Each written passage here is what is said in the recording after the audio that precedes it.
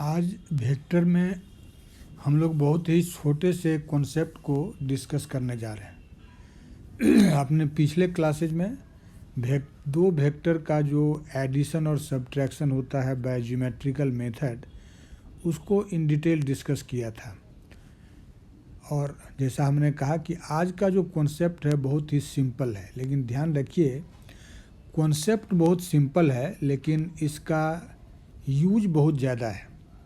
अगर इन बातों को आप समझते हैं तो फिजिक्स के डिफरेंट चैप्टर में आप इसके एप्लीकेशन को पाएंगे। हम आज के लेक्चर में भी कुछ इलस्ट्रेटिव एग्जांपल्स देंगे जिससे क्लियर होगा कि इस कॉन्सेप्ट को जानना ज़रूरी है। यद्यपि यह कॉन्सेप्ट है बड़ा ही सिंपल, बहुत ही साधारण सी बात है। चलिए हम लोग जानने जा रहे हैं कि अगर किसी वेक्टर को मल्टीप्लाई किया जाए किसी स्केलर से अथवा एक नंबर से तो रिजल्ट के रूप में क्या मिलेगा। एक्चुअली जब कभी आप एक वेक्टर को किसी स्केलर से मल्टीप्लाई करेंगे तो रिजल्ट के रूप में एक वेक्टर ही मिलेगा। उस वेक्टर का मैग्नीट्यूड क्या होगा, उसका डायरेक्शन क्या होगा, उसका डायमेंशन क्या होगा, और ये जो प्रोडक्ट है वेक्टर का स्केलर के साथ वह किन किन नियमों का, अलजेब्रा के किन किन नियमों का पालन करता है, इन सारी बातों को हम लोग इसमें देखेंगे। तो देखिए, जैसे मान लीजिए कि ए एक वेक्टर है, ठीक है, और लेम्डा एक स्केलर क्वांटिटी है। ऐसी स्थिति में अगर आप लेम्डा और ए का प्रोडक्ट लेते हैं, दैट इज लेम्डा टाइम्स ए, तो रिजल्ट के रूप में आपको एक वेक्टर ही मिलेगा। It means product of a scalar and A vector will be A vector. अगर हम मान लें कि लेम्डा को ए से मल्टीप्लाई करने के बाद जो वेक्टर मिलता है वह सी है, तो हम सिंपली इसको लिखेंगे कि सी इक्वल टू लेम्डा टाइम्स ए। ठीक है, अब इस वेक्टर सी का अथवा लेम्डा इंटू ए का डिफरेंट कैरेक्टरिस्टिक्स क्या होगा, इस बात को ज़रा आप ध्यान से देखिए। अगर हम बात करें कि लेम्डा इंटू ए या सी का मैग्नीट्यूड अथवा मॉडुलस क्या होगा, बड़ा सिंपल बात है यह। सी का modulus it means lambda times A का मॉडुलस, और जब आप लेम्डा इंटू ए का मॉडुलस निकालेंगे that will be simply mod of lambda into mod of A. तो अगर आप इस प्रोडक्ट का मॉडुलस जानना चाहते हैं तो क्या करेंगे, लेम्डा का मॉडुलस ले लेंगे, फिर ए का मॉडुलस ले लेंगे और दोनों को मल्टीप्लाई कर देंगे। This is very simple fact. Okay, देखो यहाँ सबसे इम्पॉर्टेंट बात है डायरेक्शन जानना। लेम्डा इंटू ए वेक्टर का डायरेक्शन क्या होगा। एक्चुअली लेम्डा इंटू ए जिसे आपने सी मान लिया, इस सी वेक्टर का डायरेक्शन इस बात पर निर्भर करता है कि हमारा जो स्केलर क्वांटिटी है लेम्डा, उसका साइन क्या है। यह स्केलर पॉजिटिव भी हो सकता है और यह स्केलर नेगेटिव भी हो सकता है। तो ध्यान से देखिए कि अगर लेम्डा जो कि एक स्केलर है जिससे आप वेक्टर ए को मल्टीप्लाई कर रहे हैं, वह अगर पॉजिटिव है तो वैसी स्थिति में लेम्डा इंटू ए वेक्टर या उसको जिसको आपने सी माना वह सी वेक्टर उसी डायरेक्शन में होगा जिस डायरेक्शन में वेक्टर ए है। जैसे अगर मान लो कि हम कहते हैं कि जो एफ कोई फोर्स है जो है 10 न्यूटन ड्यू ईस्ट, तो ऐसी स्थिति में अगर कहा जाए कि अच्छा बताओ कि 2F बराबर क्या होगा, तो सिंपली इसका मॉडुलस हो जाएगा 20 न्यूटन। लेकिन 2 एक पॉजिटिव नंबर है, ऐसी स्थिति में डायरेक्शन इस 2F का ईस्ट ही रह जाएगा। यही मतलब हुआ इसका। बात समझ में आई। If lambda is positive then C will be in the direction of A. लेकिन अगर वही स्केलर लेम्डा नेगेटिव है तब सी ए के जस्ट अपोजिट डायरेक्शन में होगा। जैसे कि यहीं पर अगर हम कहें कि अच्छा बताओ कि तब -2F वेक्टर क्या होगा, तो दिस -2F मैग्नीट्यूड वही रहेगा 20 न्यूटन, लेकिन डायरेक्शन हो जाएगा ड्यू वेस्ट, ईस्ट का जस्ट अपोजिट क्या होगा, वेस्ट। बात समझाई, मतलब जिस डायरेक्शन में ए वेक्टर है उसके अपोजिट डायरेक्शन में सी होगा, तो एफ हमारा ईस्ट के तरफ था तो -2f वेक्टर वेस्ट के तरफ होगा। बहुत ही सिंपल सी बात है। अगर हम डायमेंशन की बात करें, आपने पढ़ा होगा यूनिट एंड डायमेंशन, तो रिजल्टिंग वेक्टर सी का जो डायमेंशन होगा that will be just the product of dimension of lambda and dimension of A. ये जो स्क्वायर ब्रैकेट के भीतर सिंबल लिख दिया ये डायमेंशन को बताता है। इसको पढ़ेंगे dimension of C equal to dimension of lambda into dimension of A. जैसे अगर एग्जाम्पल के लिए मान लो तुम लिखते हो कि F equal to M A, इस फॉर्मूला को सब जानता होगा कि force equal to mass into acceleration. तो ऐसी स्थिति में डायमेंशन ऑफ फोर्स अगर फाइंड आउट करेंगे तो this will be dimension of m into dimension of a। हमने वेक्टर साइन नहीं लिखा है। और मास का डायमेंशन आप जानते होंगे, दिस इज कैपिटल M, और एक्सीलरेशन का डायमेंशन होता है LT इनवर्स 2। इसलिए फोर्स F का डायमेंशन हो जाएगा MLT इनवर्स 2। ओके, तो मैग्नीट्यूड क्या होगा इस प्रोडक्ट का, डायरेक्शन क्या होगा, डायमेंशन क्या होगा, हम उम्मीद करते हैं आपने समझ लिया होगा। अब देखिए, जो हमारा ऑर्डिनरी अलजेब्रा में मल्टीप्लिकेशन का कुछ ऑर्डिनरी लॉज है, ये जो मल्टीप्लिकेशन है वेक्टर का स्केलर के द्वारा, उस सारे नियमों का ये पालन करता है। जैसे आपने पढ़ा होगा मल्टीप्लिकेशन का एक लॉ होता है that is called commutative law of multiplication. Hindi में इसको कहते हैं क्रम विनिमय नियम, क्रम को उल्टा करना। जैसे लेमडा टाइम्स ए इक्वल होगा ए टाइम्स लेमडा। यहाँ देखो ऑर्डर का एक्सचेंज हो गया, लेमडा LHS में फर्स्ट ऑर्डर में है तो RHS में सेकंड ऑर्डर पर, ए है सेकंड ऑर्डर पर तो यहाँ आ गया RHS में फर्स्ट ऑर्डर पर। तो लेमडा इंटू ए इंटू लेमडा के ही बराबर होता है, और इसलिए हम लोग कहते हैं कि जो प्रोडक्ट है स्केलर और वेक्टर का, यह product commutative law of multiplication को फॉलो करता है। ठीक है, फिर देखो यह प्रोडक्ट एक्चुअली मल्टीप्लिकेशन का जो एसोसिएटिव लॉ है उसको भी फॉलो करता है। जैसे अगर मान लीजिए कि हम दो स्केलर मानते हैं, एक है लेमडा और दूसरा है बीटा। अगर बीटा से मल्टीप्लाई कर दिया जाए ए को और उस रिजल्ट को मल्टीप्लाई किया जाए लेमडा से, it means lambda times beta A, वह उतना ही होगा जितना आप लेमडा और बीटा को मल्टीप्लाई कर लेंगे तब ए से मल्टीप्लाई कर दीजिए। इसलिए लेमडा टाइम्स बीटा ए बराबर होगा लेमडा बीटा टाइम्स ए। ओके, फिर देखो अब ये जो मल्टीप्लिकेशन का तीसरा नियम है जिसको कहता है डिस्ट्रीब्यूटिव लॉ ऑफ मल्टीप्लिकेशन, उसको भी ओबे करता है। जैसे अगर दो स्केलर है लेमडा और बीटा, तो लेमडा प्लस बीटा टाइम्स ए बराबर होगा lambda A plus beta A. Okay, और डिस्ट्रीब्यूटिव लॉ वेक्टर के एडिशन के रेस्पेक्ट में जो होगा उसका भी यह पालन करता है। जैसे अगर एक ही स्केलर माना जाए लेमडा और दो वेक्टर ए और बी, तो lambda times vector A plus vector B that will be equal to lambda A plus lambda B. Okay, अब देखो, अब पाँचवें नंबर में एक इम्पॉर्टेंट प्रॉपर्टी को देख रहे हैं कि अगर मान लीजिए कि हमारे पास दो नॉन जीरो वेक्टर्स है, एक है ए और दूसरा है बी, दोनों में से कोई जीरो वेक्टर नहीं है, ये दोनों वेक्टर कोलिनियर होगा। कहने का मतलब यह दोनों वेक्टर एक ही लाइन पर होगा। कोलिनियर का मतलब सेम लाइन पर।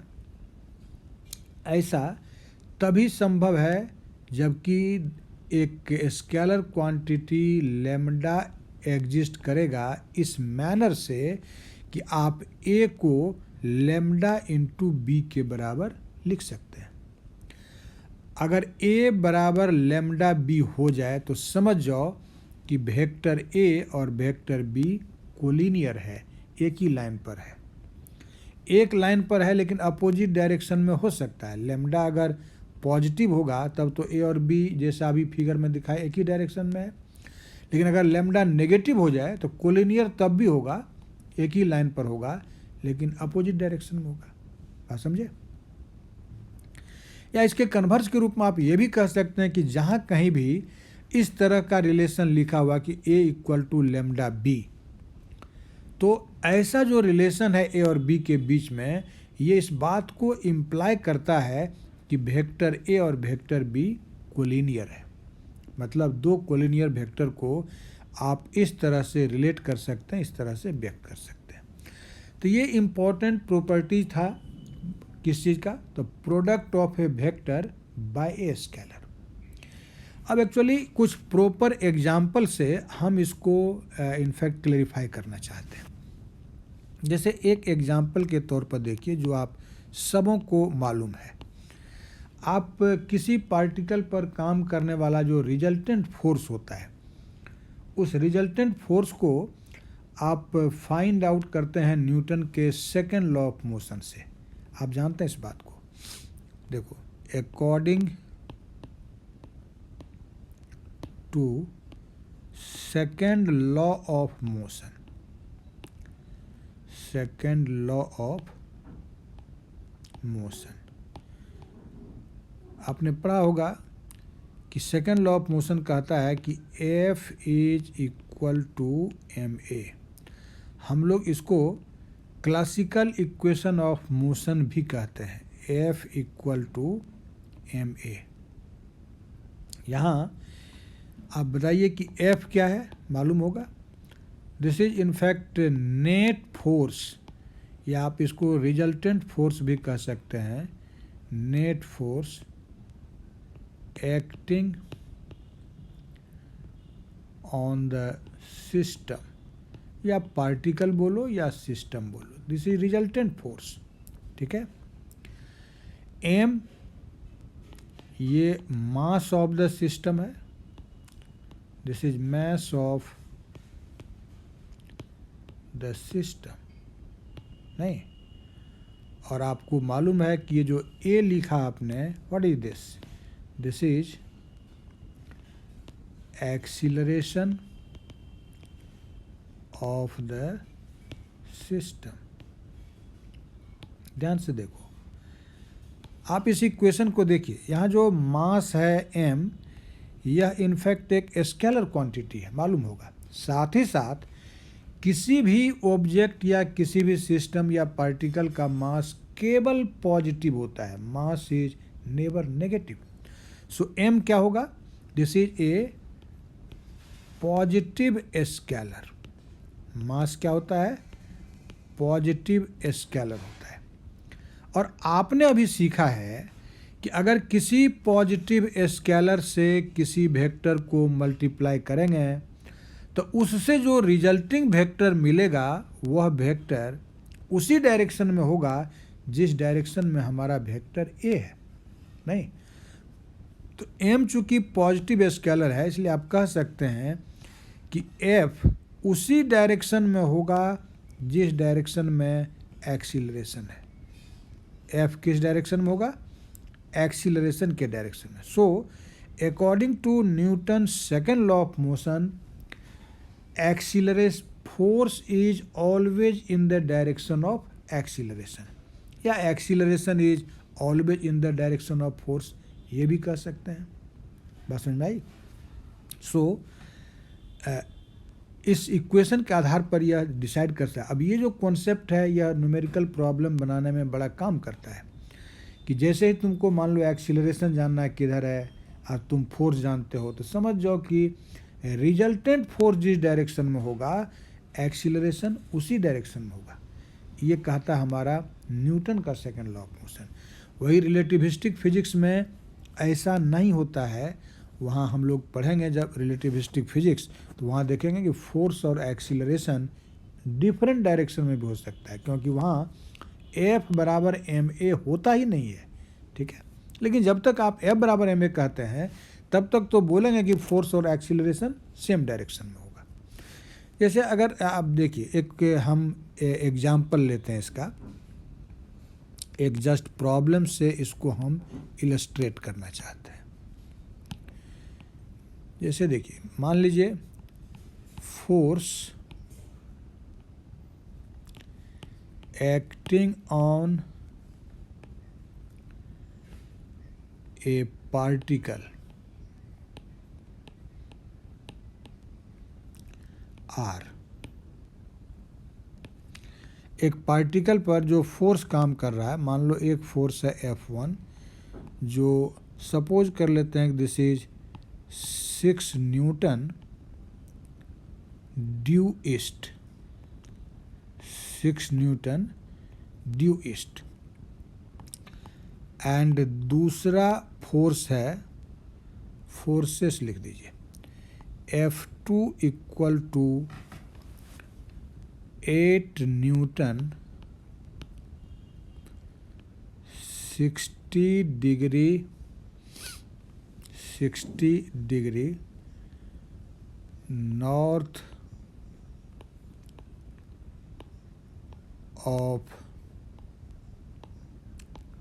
Waste, north of west. Suppose कर लें, what will be the direction of acceleration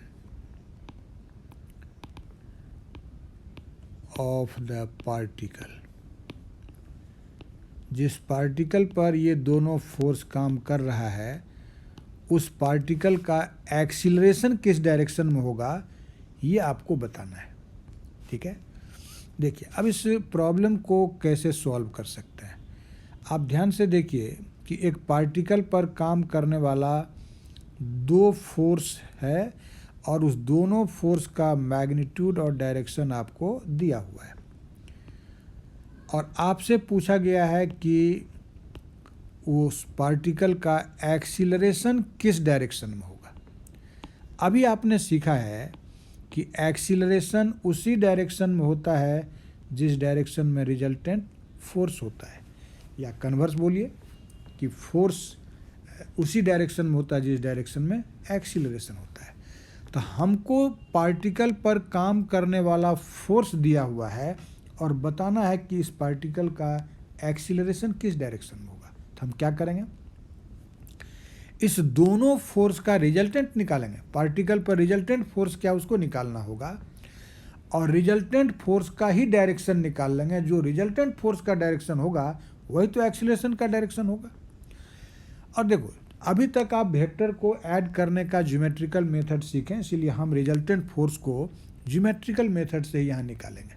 ध्यान से देखो, और बताया था कि जब ज्योमेट्रिकल मेथड से वेक्टर का रिजल्टेंट जानना हो तो सबसे पहले वेक्टर डायग्राम सही बनाओ। यहाँ पर direction east west north south के प्लेन में दिया हुआ है, इसीलिए हमने यहाँ फिगर में east west direction north south direction दिखा दिया। ये ई रिप्रेजेंट करता है ईस्ट को, डब्ल्यू वेस्ट को, एन नॉर्थ को और एस साउथ को। ध्यान से देखो, जो फर्स्ट फोर्स है उसको इस ओरिजिन से स्टार्ट करेंगे रिप्रेजेंट करना। This is 6 newton due east.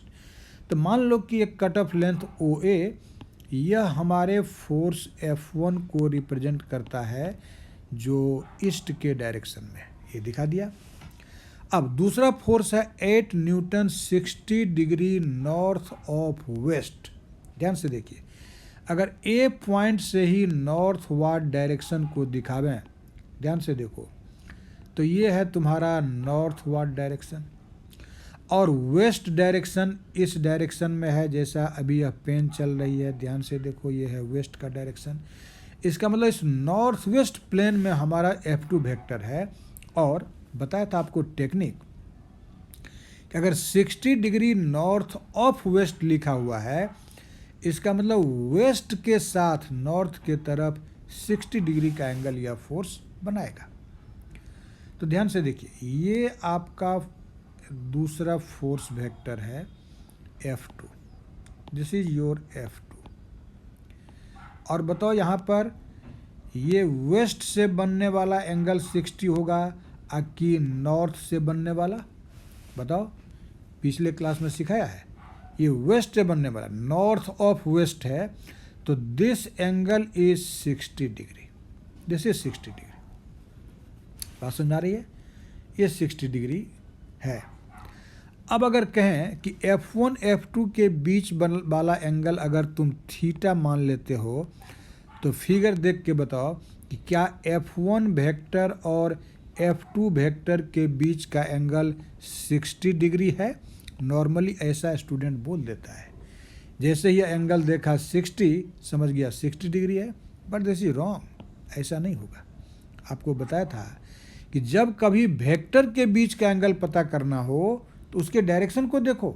देखो F1 फोर्स डायरेक्टेड है ईस्ट के तरफ, तो ध्यान से देखना है कि F1 ईस्ट के तरफ है, ध्यान से देखो। और ये F2 हमारा इस AB के डायरेक्शन में है, तो F1 का डायरेक्शन और F2 का डायरेक्शन एक्चुअली जो एंगल बनाता है वह ज़रा ध्यान से देखो, वह ये एंगल बनाता है जो अब हम बड़ा वाला एंगल दिखा रहे हैं। और ये नीचे वाला एंगल अगर 60 है तो बताओ यह एंगल जो बड़ा वाला है यह कितना के बराबर होगा? 180 में से 60 सब्ट्रैक्ट कर दो तो 120 हुआ, 120 डिग्री हुआ। तो एक्चुअली थीटा का जो वैल्यू है यहाँ पर, मतलब F1 F2 के बीच का एंगल, वह क्या है? 120 डिग्री। बात समझ में आ रही है? यहाँ पर मिस्टेक होता है। अब ट्रायंगल ऑफ एडिशन से बताओ, OA plus AB, OA plus AB, this will be equal to OB, ये रिजल्टेंट है। अगर रिजल्टेंट को आपने F मान लिया तो यही आपका रिजल्टेंट है F, जो OB के डायरेक्शन में डायरेक्टेड है। अब इस OB का हमको मैग्नीट्यूड और डायरेक्शन दोनों हम निकाल सकते हैं। वैसे मैग्नीट्यूड का ज़रूरत नहीं है, क्योंकि हमको सिर्फ एक्सीलरेशन का डायरेक्शन पूछा गया है, लेकिन हम अभी निकाल देते हैं, मैग्नीट्यूड भी निकाल देते हैं। F अगर मैग्नीट्यूड निकालेंगे रिजल्टेंट का, क्या लिखेंगे फॉर्मूला आप बताइए? F equal to F1 square plus F2 square plus 2F1 F2 cos theta, बस थीटा इज 120, देखें कि नहीं, and to the power half. अब ध्यान से देखो, this is 6 square plus 8 square plus 2 into 6 into 8 and cos 120, this is minus half, you know, and whole to the power half, square root के जगह पर हाफ लिख रहे हैं। बात समझे? अब यहाँ ये 2 और ये 2 आपका कैंसिल हो गया और ये हो जाएगा 36 plus 64, this is 100, minus 6 times 8 48 का स्क्वायर रूट, तो this will be 52। So magnitude of the resultant force F is root over 52 newton. अब इस फोर्स का अगर आप डायरेक्शन जानना चाहते हैं, इस फोर्स का डायरेक्शन, तो मान लो कि इस एंगल को हम अल्फा मान लेते हैं। इस एंगल को क्या मान लिया? अल्फा। या तो आप tan अल्फा वाला फॉर्मूला यूज़ कर सकते हैं, या फिगर के ज्योमेट्री को देखेंगे और प्रॉपर्टीज ऑफ ट्रायंगल से जो किसी ट्रायंगल के साइड और एंगल के बीच रिलेशन होता है, उससे आप इसको फाइंड आउट कर सकते हैं। अब ध्यान से देखिए, हमने इस एंगल को मान लिया अल्फा, तो लिखेंगे sine alpha divided by AB equal to sine 60 divided by OB, लिख सकते हैं कि नहीं? और AB का मतलब है मॉड ऑफ F2 और OB का मतलब है मॉड ऑफ F, तो क्या लिख सकते हो? नाउ डायरेक्शन जानना है, sine alpha over mod of F2, आपने देखा अभी फिगर में, ये प्रॉपर्टीज ऑफ ट्रायंगल से लिख रहे हैं, equal to sin 60 divided by mod of f, resultant का mod, and so sin alpha will be what? Mod of f2 over mod of f into sin 60। अब सबका न्यूमेरिकल वैल्यू पुट कर दीजिए। F2 का मॉड है 8 Newton और ये F का मॉड है √52 न्यूटन। तो √52 Newton and sin 60 this is √3/2। ध्यान से देखो, √52 को तुम 2 into √13 लिख सकते हो। 2 and 2 4, so this will be equal to 2√3/13, and therefore alpha will be what? This will be sin inverse 2 into √3/13। ये डायरेक्शन मालूम हो गया आपको रिजल्टेंट फोर्स का। लेकिन अभी आपने सीखा है कि एक्सीलरेशन उसी डायरेक्शन में होता है जिस डायरेक्शन में रिजल्टेंट फोर्स होता है। और इस क्वेश्चन में आपसे एक्सीलरेशन का डायरेक्शन पूछा गया। आप क्या कर सकते हैं कि यह alpha degree north of east है। नॉर्थ ऑफ ईस्ट बोलेंगे इसको, alpha degree north of east. Alpha से मतलब ये जो साइन इनवर्स इतना है। तो अब इसी से देखो कि अगर हम रिजल्टेंट फोर्स कंप्लीट लिखना चाहें तो this will be √52 Newton. Alpha degree का मतलब है sine inverse 2 √3/13 north of east. इस डायरेक्शन को क्या पढ़ेंगे? इस डायरेक्शन को पढ़ेंगे नॉर्थ ऑफ ईस्ट। ध्यान से देखिए आप, नॉर्थ ऑफ ईस्ट। ओके। और अभी आपने सीखा है कि अगर हमारा फोर्स डायरेक्टेड है sine inverse this much north of east तो एक्सीलरेशन भी इसी डायरेक्शन में होगा। तो देयरफॉर एक्सीलरेशन को अगर ए लिखते हो तो ए डायरेक्टेड होगा किधर? Sine inverse 2 √3/13 north of east. North of east. बात समझ आई? तो एक्चुअली हमारा एम अभी दो बातों को सिखाना था। एक तो रिजल्टेंट कैसे निकालते हो जो पिछले क्लास में पढ़े, और दूसरा ये बताना कि रिजल्टेंट फोर्स जिस डायरेक्शन में होगा एक्सीलरेशन उसी डायरेक्शन में होता है। ओके।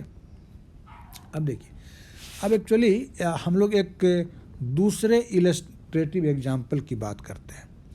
जैसे electric force on a charged particle, electric force on a charged particle in an electric field. Electric field. In fact electrostatics में जब हम लोग पढ़ते हैं इलेक्ट्रिक फील्ड चैप्टर तो वहाँ यह पढ़ते हैं। जैसे देखो, अगर मान लो कि हम सपोज करें इस रीजन में एक इलेक्ट्रिक फील्ड जिसको तत्काल आप यूनिफॉर्म भी कह सकते हैं वो एग्जिस्ट करता है, और इस रीजन में आप एक पॉइंट चार्ज Q को या तो रेस्ट में रख देते हैं या इस चार्ज को आप किसी वेलोसिटी से प्रोजेक्ट कर देते हैं, चाहे यह चार्ज मोशन में हो अथवा रेस्ट में हो। देखो, अगर कोई पॉइंट चार्ज Q किसी यूनिफॉर्म इलेक्ट्रिक फील्ड E के अंतर्गत होगा तो उस पॉइंट चार्ज पर इलेक्ट्रिक फील्ड के कारण इलेक्ट्रिक फोर्स लगता है, और वह इलेक्ट्रिक फोर्स कितना के बराबर होता है वही अभी हम लिखेंगे। देखो, इलेक्ट्रिक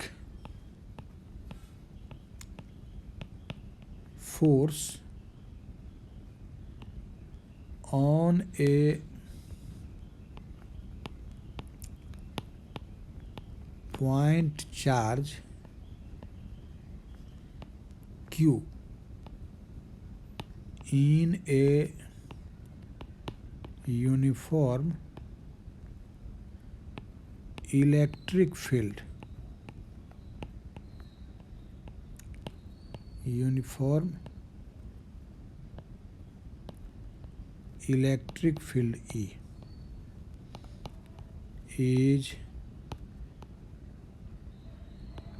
given by, देखो फोर्स का एक्सप्रेशन होता है F equal to Q into E, F equal to Q into E, जहाँ Q हमारे पार्टिकल का चार्ज है, E इलेक्ट्रिक फील्ड है। अब आप जरा ध्यान से देखिए कि यहाँ जो स्केलर क्वांटिटी है Q, that is electric charge, आप जानते होंगे कि चार्ज का दो साइन होता है, चार्ज में बी पॉजिटिव, चार्ज में बी नेगेटिव। तो अब दो बात होगी कि इफ Q इज पॉजिटिव, अगर हमारा जो पार्टिकल है उसका चार्ज पॉजिटिव है, तो एक पॉजिटिवली चार्ज पार्टिकल अगर इलेक्ट्रिक फील्ड में होगा तो उसके ऊपर काम करने वाला इलेक्ट्रिक फोर्स इलेक्ट्रिक फील्ड के डायरेक्शन में होगा, इलेक्ट्रिक फील्ड के डायरेक्शन में, जिधर फील्ड उसी डायरेक्शन में पॉजिटिव चार्ज फोर्स एक्सपीरियंस करता है। बात सुना रही है?